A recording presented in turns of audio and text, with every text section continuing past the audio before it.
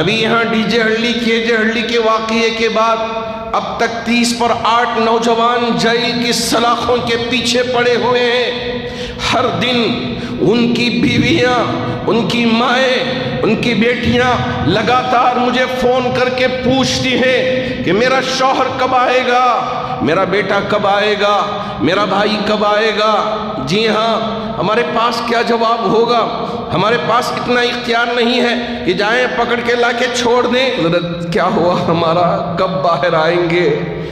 سر دیوار سے پٹک پٹک کے روتے ہیں، اس لیے کہ وہ اپنا درد مجھے بیان کرتے ہیں۔ لیکن ہمارے نوجوان جو میسور میں ابھی جو حرکت کیے اس کو میں کنڈم کرتا ہوں۔ یہ بالکل اس طرح کی اسلام میں اجازت نہیں ہے کہ آپ جائیں پتھر اٹھائیں، پولیس اسٹیشن کو مار دیں، پولیس والوں کو مار دیں۔ یہ کہاں کا اسلام ہے؟ یہ کہاں کی اجازت ہے؟ علماء پر تان تشنی کرتے ہیں اور علماء کے سلسلے میں غیر غلط باتیں بیان کر کے لوگوں کے ذہنوں کو پراگندہ کرنا چاہتے ہیں، لوگوں کو غلط راستے کی طرف لے جانا چاہتے ہیں۔ ہمارے نوجوانوں کی کیا ذمہ داری ہے؟ دور اندیشی سے کام لیں، اپنے علماء پر اعتبار رکھیں، علماء کی بات کو عزت دیں، سمجھداری سے کام لیں۔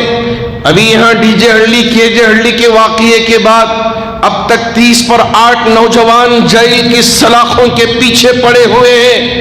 ہر دن ان کی بیویاں، ان کی مائیں، ان کی بیٹیاں لگاتار مجھے فون کر کے پوچھتی ہیں کہ میرا شوہر کب آئے گا، میرا بیٹا کب آئے گا، میرا بھائی کب آئے گا۔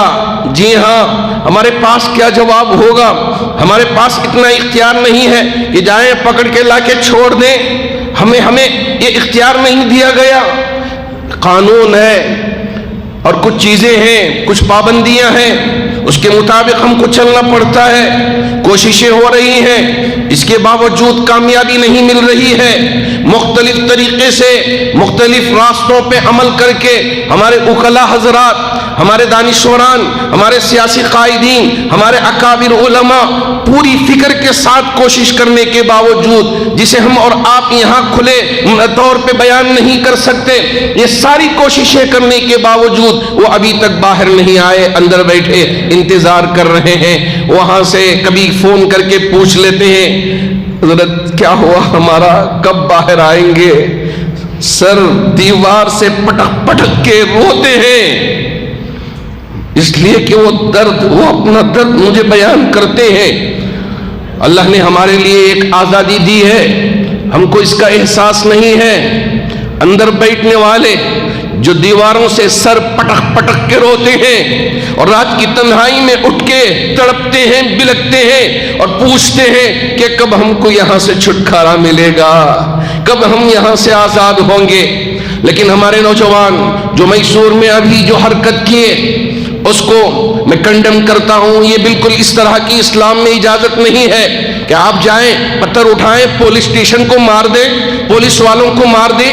یہ کہاں کا اسلام ہے؟ یہ کہاں کی اجازت ہے؟ مجھے شرم آتی ہے اس طرح کی باتیں سن کے۔ وہاں کے علماء سمجھا رہے تھے، مجھے بتایا فون کر کے کہ یہاں پوری طرح سے سمجھا کے ان کو بتا دیا گیا کہ قانونی کارروائی ہو گئی ہے اور جس کسی نے بھی یہ حرکت کی ہے اس کو قید کر دیا گیا ہے۔ اب آپ پتھر مار کے کیا کر دیا؟ کئی ایکوں کو ابھی پھر دوبارہ ان کو بھی اندر بھیجا جاتا ہے۔ اب ان کے پیچھے ہمارے وکیل احباب، پھر ہم امت والے، یہاں امام روتا ہے، وہاں مائیں روتی ہیں، وہاں بیٹیاں روتی ہیں، تم نے اٹھا کے پتھر مار دیا، کیا کر لیا؟ کب سمجھیں گے؟ کب سیکھیں گے؟ کب سمجھداری سے کام لیں گے؟ امت کے ہمارے ان نوجوانوں سے میں یہ اپیل کرنا چاہوں گا کہ اس وقت پوری سمجھداری سے کام لینا ہے۔ اپنے اکابر علماء پہ پورا بھروسہ کریں۔ اگر کوئی بھی اس طرح کی بات پیش آ جاتی ہے، آپ رجوع ہو اور ان کے مشوروں کے مطابق آپ عمل پیرا ہو۔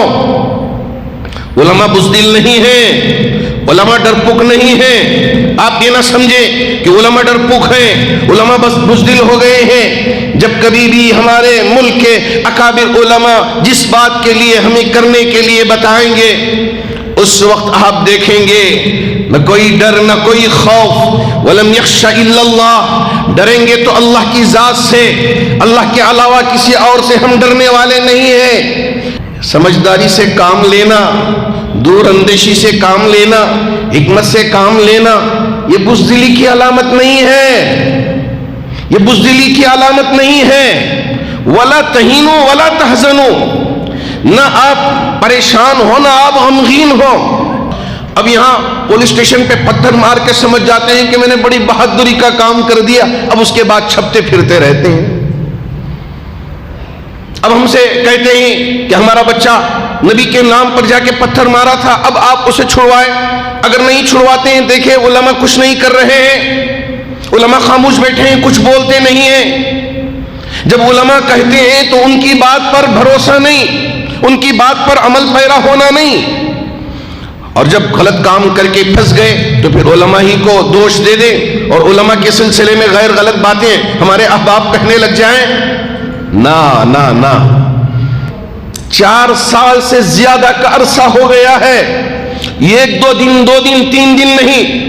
بیکار میں بیٹھ کے نہ کبھی کسی یتیم کا ساتھ دیا، نہ اس کا سہارا بنا، نہ کبھی کسی بیوہ کا سہارا بنا، نہ کبھی قید میں رہنے والوں کے گھر جا کر راشن کو پہنچایا. بیٹھ کے اگر ویڈیو نکال دیا اور کچھ بات کر دیا، سمجھ جاتے ہیں کہ میں ہیرو ہوں اور میں نے حق ادا کر دیا. اس طرح کی غلط باتیں بیان کر کے لوگوں کو گمراہ کرتے ہیں. اللہ اکبر، ایسی رذالت کی زبان استعمال کرتے ہیں. مجھے اللہ کے گھر میں بیٹھ کر ان باتوں کو دہرانا اچھا نہیں لگتا. کیا ہماری قوم میں کوئی فرد نہیں ہے جو ان سے سوال کرے؟ کوئی پوچھنے والا نہیں ہے. وہ اپنی زبان اس غلط طریقے سے استعمال کر کے مسجدوں کے اوپر بھی الزام لگانا شروع کر دیتے ہیں اور غیر غلط باتیں بیان کرنے لگ جاتے ہیں. علماء کی اس خاموشی کو بزدلی ہرگز تصور نہ کریں. انشاءاللہ اللہ کی پکڑ آئے گی. اللہ نے دکھا دیا ہے، جس کسی نے بھی نبی کی شان میں گستاخی کیا تھا اس کا حشر کیا ہوا. اللہ رب ذوالجلال نے اس کے ساتھ کس طرح کا معاملہ کیا. وارثین نبی کی شان میں اگر کسی نے گستاخی کی تو اس کا حشر کیا ہوگا، رہتی دنیا دیکھ لے گی اور سمجھ جائے گی کہ کیا حشر ہوتا ہے، اللہ کس طرح کا معاملہ فرماتے ہیں.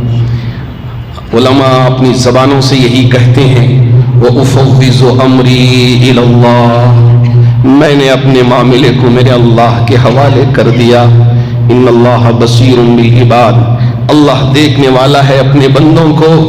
جی ہاں، ذو انتقام بھی ہے، ذو القوہ بھی ہے، ان بطش ربک لشدید بھی ہے. اللہ کی پکڑ بڑی سخت پکڑ ہے. آپ اسے مذاق میں نہ لیں، آپ اسے بس ایسے ہی اب جو بھی باتیں ہیں چلتا رہے گا. اس طرح کی باتیں سمجھ کر اپنی زبانوں سے، گندی زبانوں سے غلط الفاظ نکال کر یہ نہ سمجھ جائیں کہ ہم بڑے 30 مار خواہ ہو گئے. اللہ کی پکڑ بڑی سخت پکڑ ہے.